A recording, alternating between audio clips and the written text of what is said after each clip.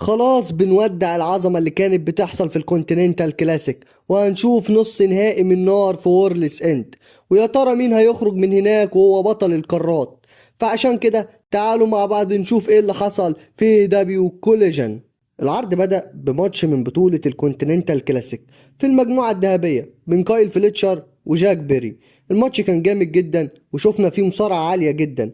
فليتشر لعب بعقلية الكيلر، كان مركز طول الماتش على كاحل جاك بيري المصاب، وبيري رد بذكائه المعتاد لدرجة انه عض فليتشر عشان يفلت من السوبلكس. وبعدها فليتشر رجع يسيطر ونزل بجاك ببيرن باستر على الارض، ولكن بيري فاجئه بسانسيت فليب بوم. ومع قرب نهاية الوقت بيري كان قريب جدا يخليه يستسلم او يغمى عليه، بس فليتشر وصل للحبال بالعافية. والدقايق الأخيرة كانت جنان.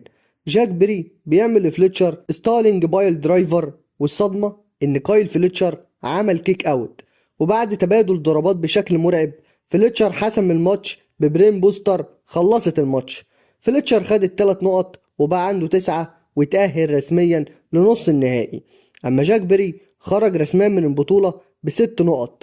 ماتش كان كويس جدا واديله 9/10. بعد كده شفنا كايل أورايلي في مشهد مؤثر وهو بيحفز رودريك سترونج، وبيقول له يشيل الشك من عينيه ويفتكر دايما قد ايه انه كان بيدفعه يبقى احسن، خصوصا بعد فوزه بالاخضاع على جون موكسلي. واكد له ان قوة الصداقة هي اللي بتجمعهم وان الكونجلوميريشن واقفين جنب بعض. وقال ان رودريك يقدر يهزم كلاوديو كاستنيولي عادي، والاهم من كده انه يكسبه وهو مبتسم. بعد كده بنروح لماتش من البلو ليج بين كانوسكي تاكيشتا وماسكارا دورادا. الماتش كان بين اتنين عكس بعض في كل حاجة. دورادا واحد هاي فلاير بيستخدم سرعته والطيران، اما تاكيشتا كان بيستخدم غشوميته.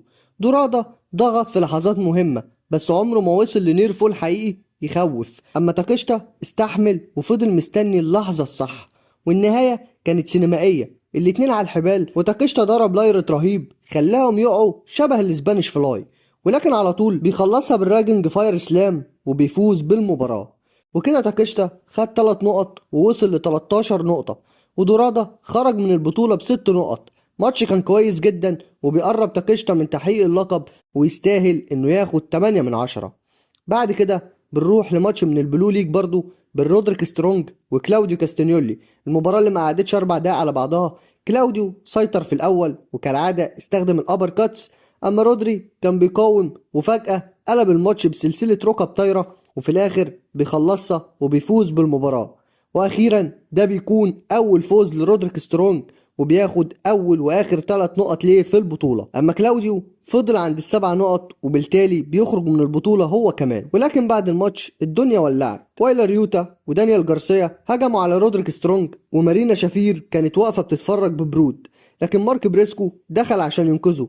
فحصل اشتباك وفجأة توني ستورم دخلت وضربت معاهم، وكده بقى عندك حوار ما بين الديس رايدرز والكونجلوميريشن. والفقرة خلصت بشكل مجنون واحتفالات غريبة، وبتحدد بعدها رسميا مباراة بين فريق الكونجلوميريشن ومعاهم توني ستورم ضد الديس رايدرز بما فيهم مارينا شافير في وورلس اند. يعني الماتش هيكون ميكس. وبعدها كمان بيتم الاعلان رسميا عن مباراة البانج بانج جانج ضد الاف تي ار على القاب التاج تيم في مباراة من نوع شيكاغو ستريت فايت في عرض وورلس اند. واللي قبل التحدي هو ستوكلي باسم الاف تي ار، وحذر انهم مش مسؤولين عن اللي هيحصل.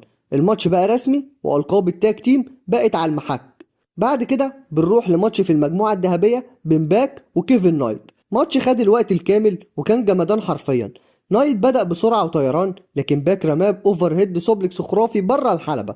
باك سيطر لكن نايت رفض انه يقع، واخر 5 دقايق الجمهور شجعه بجنون. باك ضرب نايت بجيرمان سوبلكس على الارض، ولكن نايت رجع قبل العد. باك حاول ببلاك ارو، لكن نايت قلبها بسوبلكس ودروب كيك من اول الحلبة لاخرها. وفي اخر ثانية باك حاول يخليه يستسلم بس نايت ما استسلمش، والوقت خلص والماتش انتهى بالتعادل، وكل واحد فيهم خد نقطة وبقوا الاتنين 7 نقط وخرجوا الاتنين من البطولة. ماتش كان جامد جدا وفعلا محدش فيهم كان يستحق انه يخسر، وادي للماتش ده 8.5/10. بعد كده بنلاقي جيب كيد دخل وهو متعصب وقال ان داربي ألن مش هو الشخص اللي ما بيتدمرش، يعني انا ادمره بسهولة. فالنور قطع ورجع تاني فلقينا داربي ألين واقف في الحلبة ومعاه عصاية ستينج. ساعتها جيب كيد كان بيضحك، ولكن لما شاف داربي ضحكته اختفت وقدر انه يهرب منه. وكده رسميا داربي ألين ضد جيب كيد في وورلس اند. بعد كده بنروح لماتش من البلو ليج بين اورنج كاسيدي وجون موكسلي. كاسيدي دخل الماتش ده وهو جد على الاخر، ودي مش من عوايده. اورنج لعب على رجل موكسلي المصابة، عمل له اورنج بانش ودي دي تي على ترابيزة المذيع خلت دماغه تخبط في الجرس، والاتنين رجعوا للحلبة في آخر ثانية. كاسيدي فضل مسيطر، ولكن موكسلي رد بلايرت وجوتش بايل درايفر. وقبل النهاية كاسيدي حاول يمسك رجله، ولكن موكسلي لف برول اب وخطف الفوز. وموكسلي بقى 9 نقط وبيتأهل لنص النهائي هو كمان. أما كاسيدي خرج من البطولة ب6 نقط. ماتش كان كويس جدا، والاتنين قدروا يطلعوا لنا ماتش نضيف واديله 8 من 10. بعد كده بنروح للحدث الرئيسي، اخر ماتش في تصفيات الكونتيننتال كلاسيك بين الريم ميكر كازوشكا اوكادا والسبيد بول مايك بيل. وهنا سأحزن قليلا، لان البطولة دي بجد الواحد بيشوف فيها عظمة كل اسبوع، ولكن خلاص خلصت وبيتبقى ان احنا نشوف نص النهائي والنهائي في وورلس اند. المهم اوكادا مسك مايك بيلي وبدأ الماتش سخن قوي، ولكن بيلي رد عليه بقوة، وفي الاخر اوكادا خطف رول اب ذكي وكسب المباراة. وكده اوكادا بيوصل ل9 نقط وبيتأهل رسميا لنص النهائي، ومايك بيلي بيخرج من البطولة رسميا. وكده بقى عندنا نص نهائي من نار للكونتيننتال كلاسيك في وورلس اند. تاكيشتا ضد اوكادا، كايل فليتشر ضد جون موكسلي، يعني حرفيا جمدان للصبح. وما تنساش تقولي في الكومنتات تتوقع مين اللي هيوصل النهائي منهم ومين هيفوز بالبطولة. مستني رأيكم في الكومنتات. وبس كده العرض بيخلص على كده. عرض كوليجن النهارده يا رجاله كان عرض جامد جدا. شفنا فيه تصفيات الكونتيننتال كلاسيك اللي اتمتعنا بيها، واللي تعتبر هي افضل نسخه من البطوله لحد دلوقتي.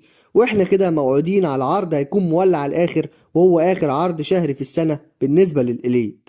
عرض وورلس اند يا رجاله هيكون يوم السبت بالليل، يعني بكره بالليل الساعه 3 الفجر، الساعه 3 الفجر بتوقيت مصر و4 بتوقيت السعوديه، اي ام مش بي ام. يعني العرض هيكون فجر يوم الاحد باذن الله. وبس كده العرض كان جامد جدا، وكان فيه ماتشات قوية جدا ويستاهل انه ياخد 9 من 10. وبس كده لو وصلت لحد هنا ما تنساش انك تعمل لايك للفيديو وتشترك في القناة لو انت لسه ما اشتركتش، وفعل زر الجرس على الاولى وكل عشان يوصلك كل جديد. وبس كده خلص الكلام، واحلى سلام على جيش راس الاسلام.